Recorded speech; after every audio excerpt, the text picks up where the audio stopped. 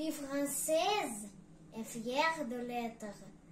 J'ai la chance de vivre de ma passion, qui est mon oxygène.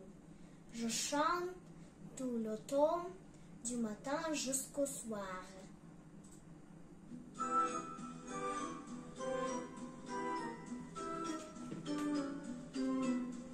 Sous le ciel des Paris s'envole une chanson. Elle est née d'aujourd'hui dans le cœur d'un garçon. Sous le ciel des Paris marchent deux amoureux. Leur bonheur se construit sur un air peureux. Sous le pont des Bercy, on fait la facie de musiciens, quelques badauds, peu de gens par milliers. Sous le ciel des Paris, jusqu'au soir, on chantait l'hymne d'un peuple, le prix de sa vieille cité. Près de Notre-Dame, parfois coule un drame. Oui, mais à Paname, tout peut arriver. Quelques rayons de ciel d'été, l'accordéon des mariniers, l'espoir fleurit au ciel de Paris. La la la la la la la la la la la.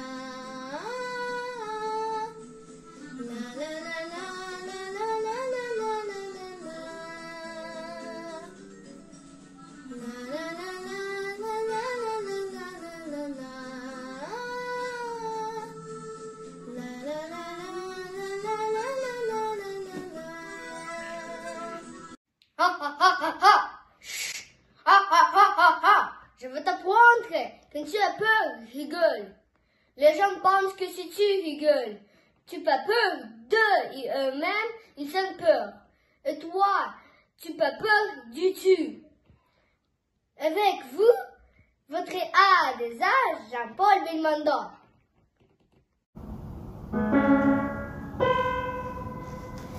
Bonjour, je ne crée pas la mode. Je suis la mode moi-même. Vous me reconnaissez? Je suis née en France, à Saumur. Mon enfance?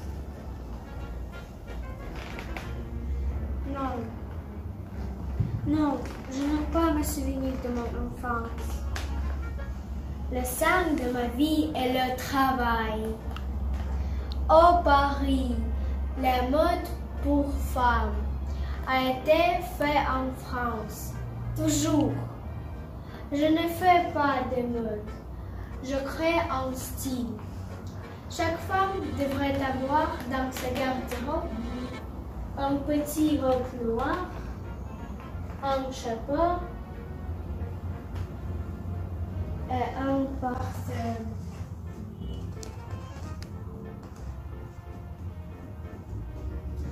Je suis fatiguée de porter des ridicules dans ma main.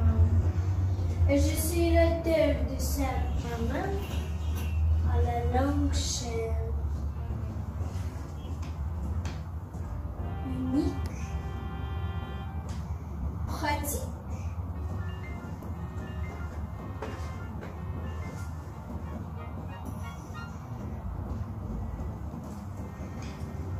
J'ai proposé aux femmes un parfum qui ne répétait pas l'odeur d'une seule fleur, la Chanel numéro 5.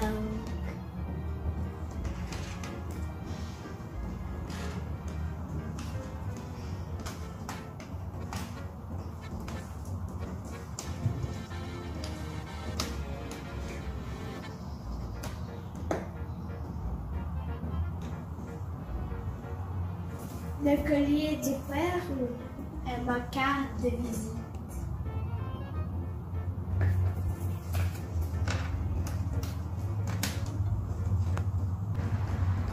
Je crée l'image d'une femme française qui reflète l'âme du grand pays.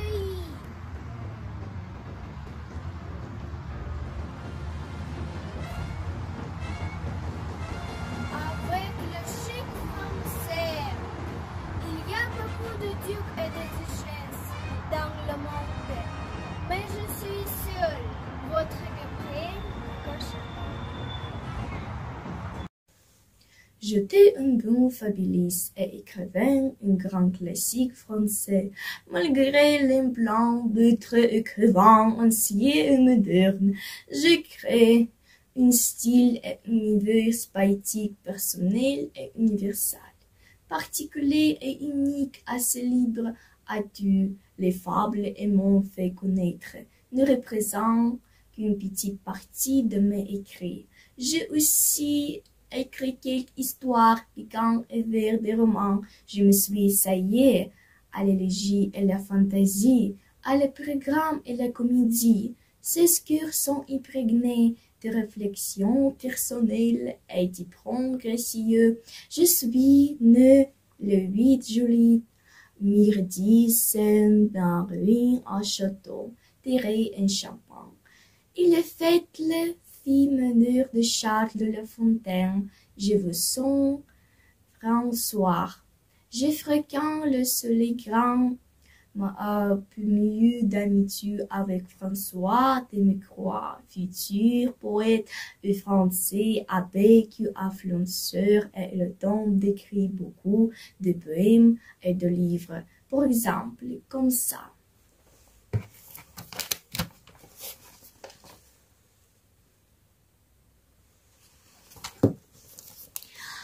J'ai aussi écrit des poèmes.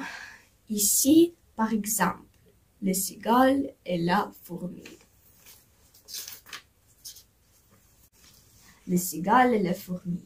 Le cigale ayant chanté tout l'été se trouve fort d'éprouve quand la bise fut venue. Pas un seul petit morceau de mouche ou de vermousse. Il qui sacrifie famine chez les fourmis voisins, les prix de les proter, qu'ils craignent pour subsister. Jacques à la saison nouvelle, je vais près, lui dit-elle, avant le bois froid d'animal. Intérêt principal, les fourmis n'étaient proteuses. C'est le son moindre de feu. Que veut au temps chaud? Dit-il assez impetueux. 8 jours à devenir, je chantais, ne de place. Vous chantez? J'en fois essaie, un bien danser, me maintenant.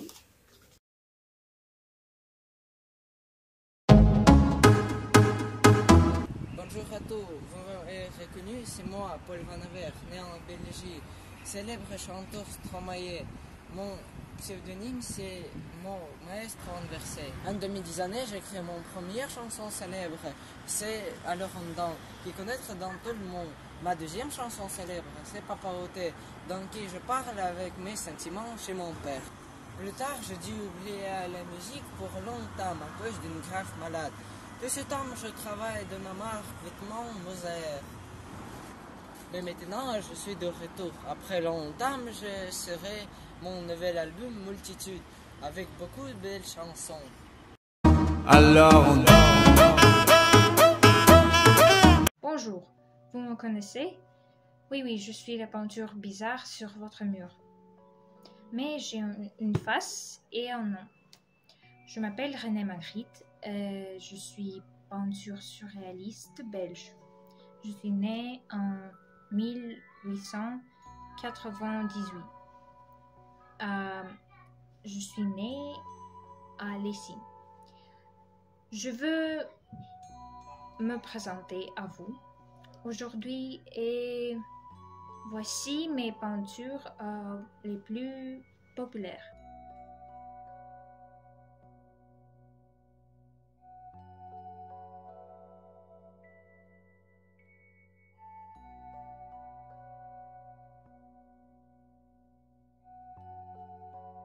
L'art a commencé à m'intéresser dans mon adolescence.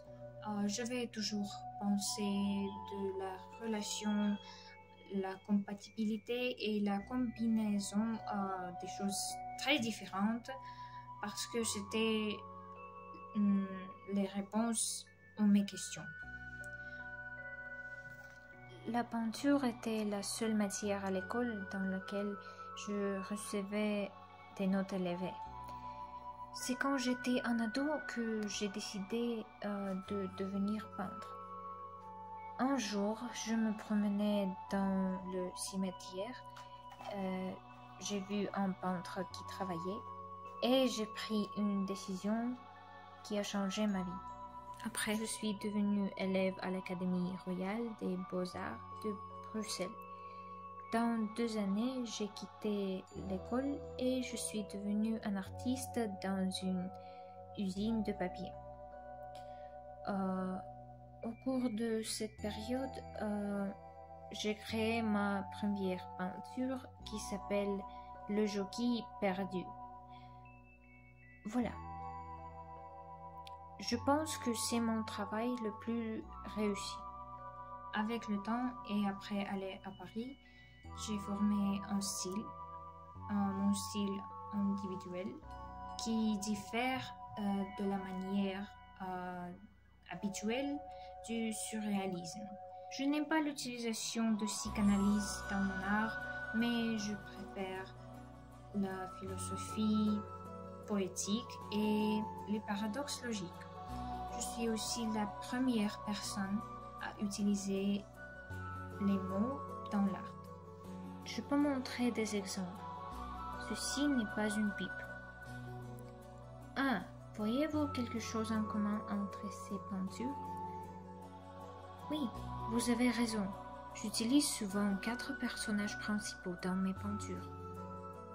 Ce sont l'image de moi, un homme en costume et un chapeau melon avec une face cachée, un oiseau, le ciel et des gens avec un tissu couvrant toute la tête. J'ai aussi un travail moins surréaliste et sans des illusions ou des combinaisons des choses bizarres. Il s'agit d'une série de peintures qui s'appelle l'Empire du Lumière. Vous pouvez me demander de mon inspiration. Une fois, je me réveillais et il m'a semblé qu'au lieu d'un oiseau endormi, il y avait un œuf dans la cage. Et le choc que j'ai ressenti a été causé par la relation de ces 2 objets. Inspiré par cette connexion, j'ai commencé à chercher des points communs entre d'autres objets. Et j'ai peinté ce tableau-là. Avant, mon art n'était pas très populaire ou aimable parce que beaucoup de gens et beaucoup de critiques à Paris et en Belgique n'ont pas accepté, n'ont pas perçu mon art pour avoir utilisé le conceptualisme et l'impressionnisme. Quand je suis peintre surréaliste. Et il y avait aussi des gens qui ont essayé de trouver des significations et des symboles secrets dans mes chefs-d'œuvre. Mais pour moi, le surréalisme est la réalité libérée du sens banal. On peut être original. Et l'art n'est pas soumis à la psychanalyse. C'est toujours un mystère. Pour moi, trouver des connexions révélées entre des objets, c'est comme résoudre des théorèmes. Alors, est-ce que vous aimez mes idées et mes tableaux? Moi, j'étais très heureux de me présenter à vous. Merci beaucoup pour votre attention. À bientôt.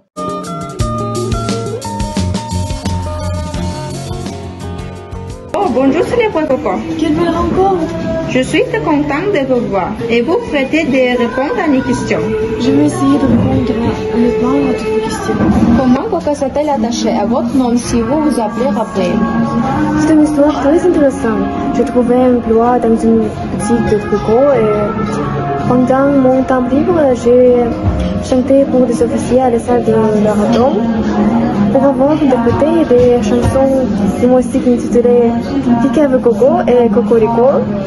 Le nom Coco m'était attaché. Vraiment intéressant. À votre premier production, quels est-il? Je me souviens encore de ce chapeau. Maintenant, ils ont changé selon les lois de la mode. Mais il me manque mes premiers chapeaux. Mais en fait, mon premier produit était une robe, en fait un pull. Ah, on vous appelait créateur de mode. Tout le monde veut savoir quand vous utilisez vous-même produits. Qu'en est-il des prix? S'enseigner. Utilisez-vous propres parfums? Bien sûr, je le porte toujours avec moi. Probablement toutes les visiteurs fouillent de nouveaux parfums. De qui êtes-vous pour? Avez-vous un premier amour? Je ne parle pas toujours. Quand je fais une promesse, c'est le coup d'en parler. Et c'est Moisson qui m'a aidé dans ma carrière et il m'a présenté ses amis. Parmi les aristocrates et joueurs de polo britannique, Arthur Capel. Sur le oui, il est devenu principal et peut-être le seul véritable amour pour moi. Et vous étiez ensemble? C'est un secret. D'accord, laissons comme ça. J'admire votre style, les perles sont votre truc. J'adore peignoir en soie, les costumes confortables en cuir, les robes fluides et bien sûr les bijoux ou perles classiques. Dans cette image, je me sens comme Coco Chanel. Moi, je m'habille spécial pour moi-même et je vais toujours l'air impossible. Et vous pouvez décrire votre personnage en 3 moments?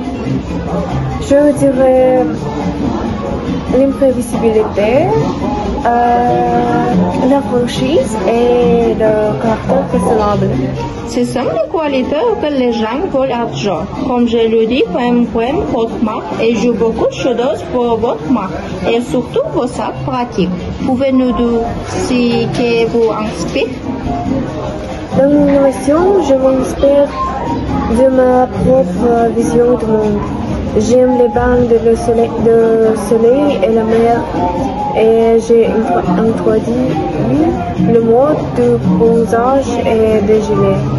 Je voulais aussi libérer même des bouteilles de sac et j'ai offert au monde le légendaire Sargaman Chanel de 55 sur une longue chaîne sur une épaule. Merci pour vos réponses honnêtes. Ce fut un plaisir de discuter avec vous, mais pas longtemps. Maintenant, j'espère qu'elles sont reverra bientôt. Merci beaucoup. Au revoir.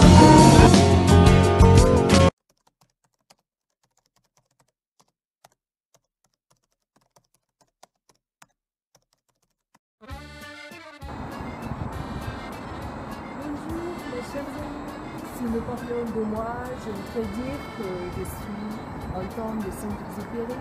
Je suis écrivain, poète, aviateur et reporter français. Je suis né le 29 en 1900 à Lyon et je suis née dans une famille issue de la noblesse française. Et oui, mon enfance était heureuse malgré les morts de mon père. J'étais éleveur heureux, je obtenais cependant mon baccalauréat en 1917. Et après mon échec au concours de l'école navale, je m'orientais vers les beaux-arts et l'architecture. Au cours de l'été, François Cadet le confident, le compagnon de jeu est mort d'une péricardique et attristé par la mort de mon frère. Moi, de Stéphane vivra cet événement comme le passage de ma vie d'adolescent à celle d'adulte. Et je suis devenue pilote. Durant mon service militaire. En 1922. Et je suis engagée suis engagée en 1926 dans la compagnie pétrolière Mutual Repostel et je publiais en espérant les expériences de lecture et les performances c'est qui réussite et surtout Rodney en 1931. Rodney qui avait un grand succès et recevait le marketing bien à partir en 1942. Je me consacrais au journalisme et aux rédacteurs.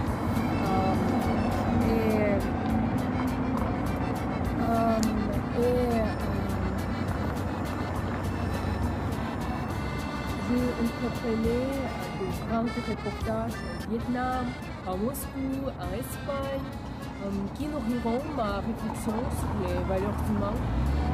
Et mon roman, Terre des Hommes, recevait un grand prix de l'écriture française. Et oui, en 1943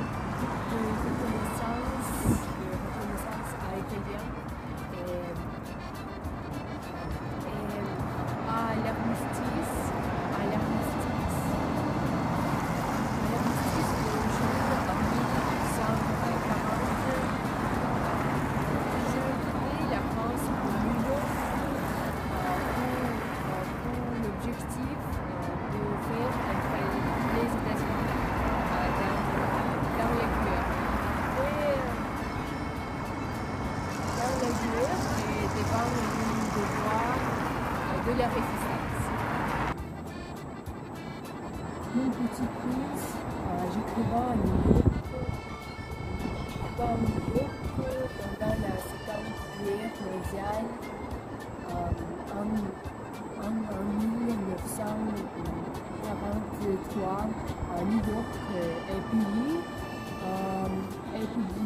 publié, mon roman est publié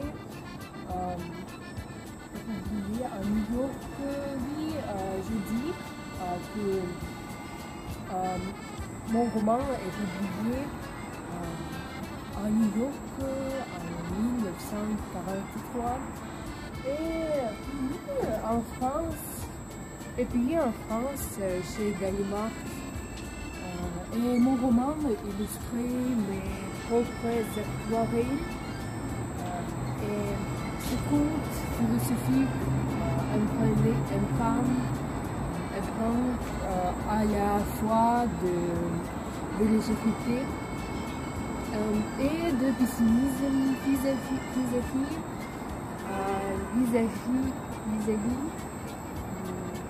de la nature humaine. Oui. J'espère que vous aimez mes œuvres et je voudrais dire que chez eux, j'aime la lumière. Quelque sorte que la bougie ne me dérange pas, la flamme me dit pas si la bougie est bonne.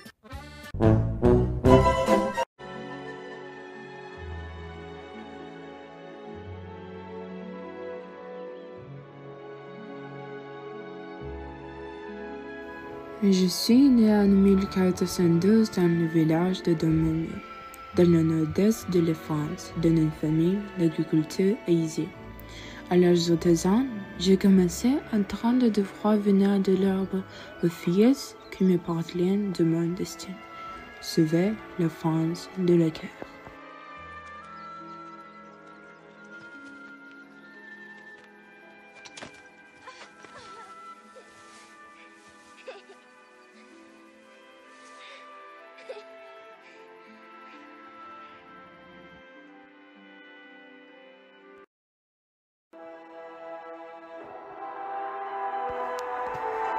Je suppose que tu peux deviner qui je suis.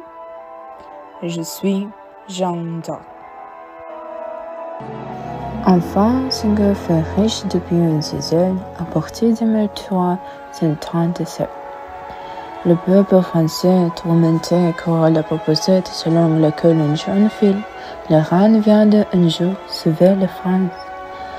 Je suis allé voir l'hertier de trône, Charles, et le procédé de me prendre comme soldat. À 12 ans, je peux devenir commander un chef. Ainsi, en 1429, je sauvais la ville d'Orléans de Britannique et on m'appelle depuis là Pucelle d'Orléans. Je voulus l'essayer, mais ils n'ont pas laissé avoir une armée. Je n'ai pas abandonné, je ressemble à mon armée et je marchais sur Paris. Mais à cause de la tension, j'ai gauché et j'ai été capturé par la bourgeoisie. Les Britanniques m'ont reconnu et m'ont fait passer un chemin devant l'église et que c'est de mon analphabétisme.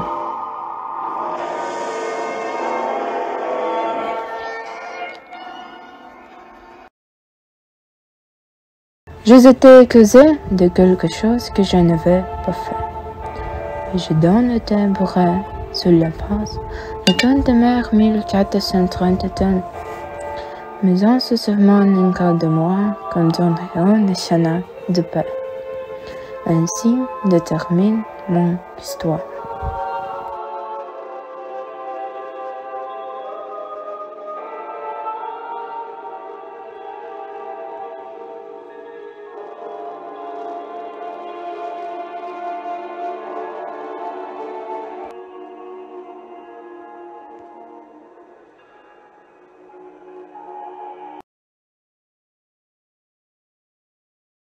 Bonjour, je m'appelle Berthe Morizon. Je suis une artiste française de l'époque impressionniste. Je suis née en 1840 à Paris. Dans mon enfance, les leçons de peinture m'ont été enseignées par le maître rococo Fragonard. Alors, j'ai décidé de devenir artiste. Dans mes peintures, j'évitais les natures nues et les scènes urbaines, mais j'écrivais la vie quotidienne, à ma famille et mes amis. J'ai travaillé au pastel, à l'aquarelle et à l'huile. Beaucoup d'artistes m'ont même surnommé le virtuose de la couleur. Mon peinture les plus célèbres sont le berceau, la lecture, la chasse papillon, journée d'été. En 2013, je suis devenue l'artiste le plus cher parce que mon tableau après le dîner a été vendu pour 10 millions de dollars. Je vous remercie de l'attention. Bonjour à toutes et à tous, je m'appelle Mireille Mathieu. Je suis une interprète française née le 22 juillet 1946. J'ai beaucoup de chance. Je suis née si pauvre que je n'avais rien dans ma vie que d'apprendre beaucoup et de bien travailler. Et dans de telles circonstances, la musique m'a aidée.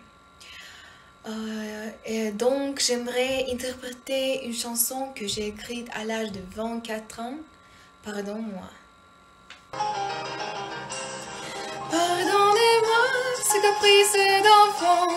Pardonnez-moi, reviens-moi comme avant. Je t'aime trop, je ne peux pas vivre sans toi. Pardonnez-moi ce caprice d'enfant. Pardonnez-moi, reviens-moi comme avant. Je t'aime trop, je ne peux pas vivre sans toi. C'était le temps de je t'aime. Nous deux on vivait heureux dans nos rêves. C'était le temps de je t'aime. Et puis j'ai voulu voler de mes ailes.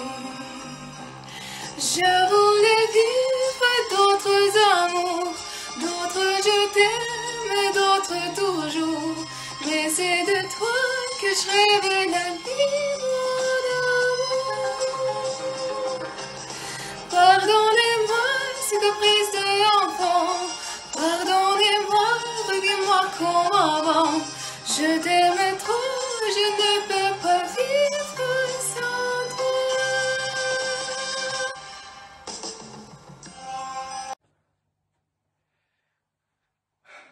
Bonjour, je m'appelle Claude Monet. Je suis né le 14 novembre 1840.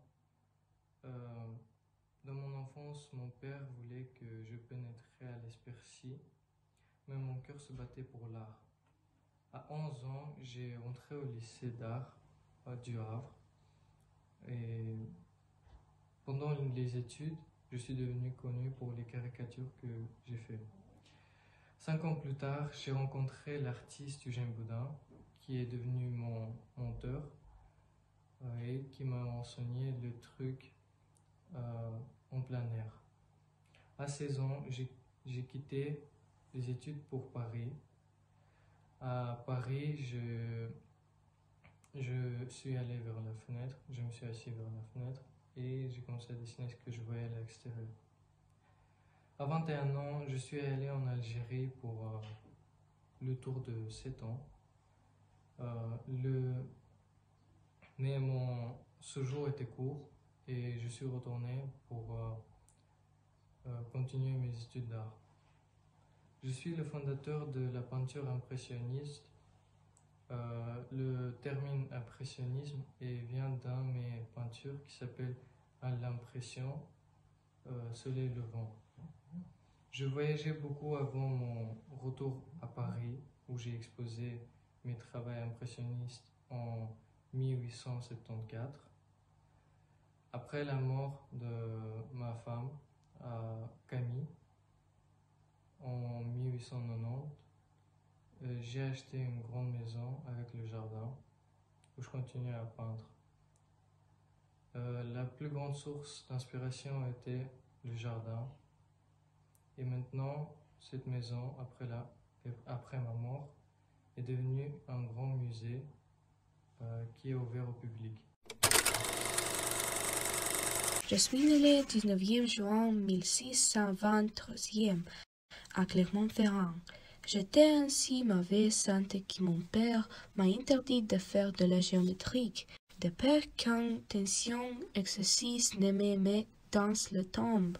Monsieur Manuel, je peux prouver le 32e théorème d'Euclide, sans même connaître le nom de figure. Ensuite, mon père a abandonné Eureka et a permis de lire des livres de mathématiques. Mais tu as trouvé ça tout seul? Oui, père.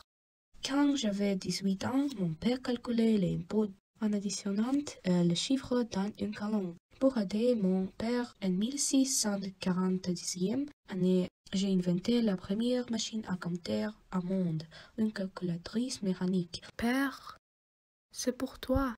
Elle est capable de résumer des chiffres. En 1646, ma famille vivait à Rouen. Bonjour. Avez-vous entendu parler de l'expérience Torricelli?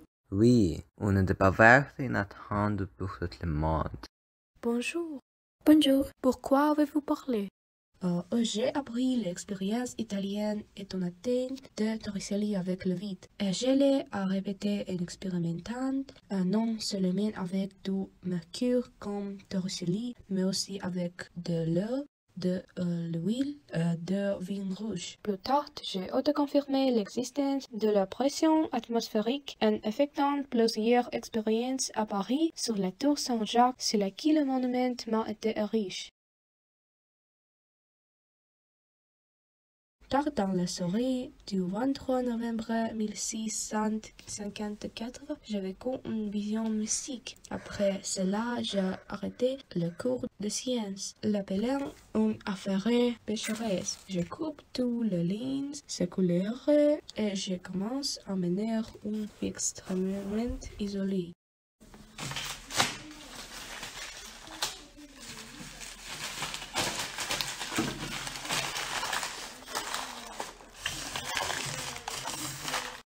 Je pense la base de l'italique moderne et de l'informatique influence la formation du français littéraire. Mon nom est l'unité de pression de langue de programmation Pascal et l'université de ma ville natale. Je suis peut-être décédé le 19e août 1660 secondaire à Paris, mais je définitivement laisse ma marque pour toujours. Le temps n'est passé pas, nous passons. Bonjour, je m'appelle Marie Skłodowska-Curie. Je suis une expérimentatrice, éducatrice, militante sociale française. Je suis née à Varsovie en 1832. Depuis mon enfance, j'ai aimé étudier, mais les femmes ne pouvaient pas obtenir l'enseignement supérieur. J'ai étudié les sciences à la faculté de sciences de Paris. La chimie a toujours été pour moi la science la plus intéressante et la plus fascinante. Alors, j'ai décidé d'y lier ma vie. Ma réussite principale au cours de ma vie a été la découverte d'une propriété telle que le rayonnement. Pierre Curie et moi, nous avons appris que certains produits chimiques peuvent avoir cette propriété.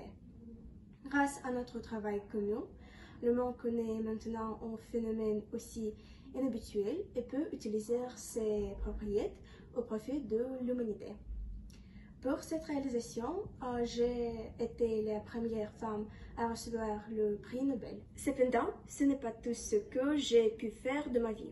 Grâce à mes capacités exceptionnelles, je suis devenue la première femme enseignante à la Sorbonne. Je suis sûre que grâce à mes actions, de nombreuses femmes ont pu trouver la confiance nécessaire pour lier leur vie à la science et ouvrir la voie de la science aux femmes du monde entier.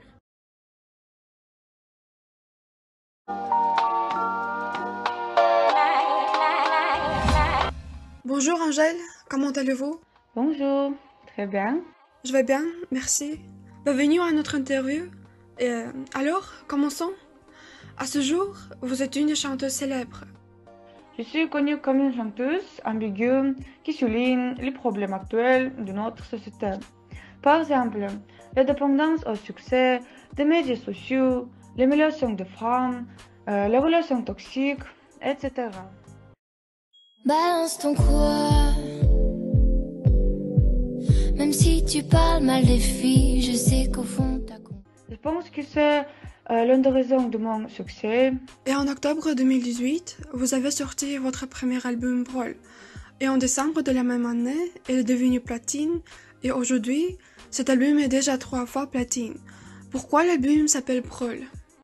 Brol, ce sont les petits objets qui vous arrivent par hasard avec l'exiel. Vous ne pouvez pas vous séparer.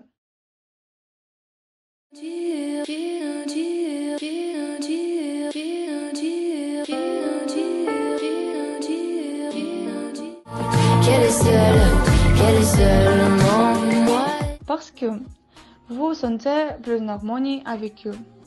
C'est la même chose avec les chansons de mon album. Elles sont toutes différentes choses de la vie comme la jalousie, la paresse, les lois de la méchanceté. Merci beaucoup Angèle. Vous êtes une des meilleures chanteuses françaises d'origine belge du genre pop et vous apportez une grande contribution au développement de la français et nous vous respectons beaucoup pour cela. Grâce à vos chansons, beaucoup de personnes aiment la langue française. Vos chansons protègent les droits des femmes et leur donnent confiance en eux. Et alors, c'est la fin de notre interview. Merci à vous. À bientôt.